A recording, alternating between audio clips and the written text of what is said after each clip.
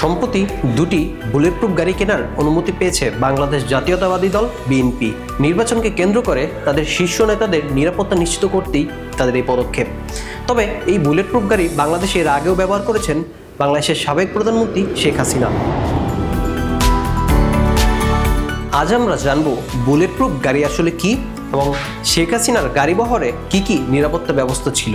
প্রথমেই জেনে নিই বুলেটপ্রুফ গাড়ি বলতে কি বোঝায়। বিশেষ ধরনের যান যার শরীরে থাকে শক্তিশালী বর্ম, বুলেটপ্রুফ গ্লাস এবং বিস্ফোরণ প্রতিরোধী ব্যবস্থা।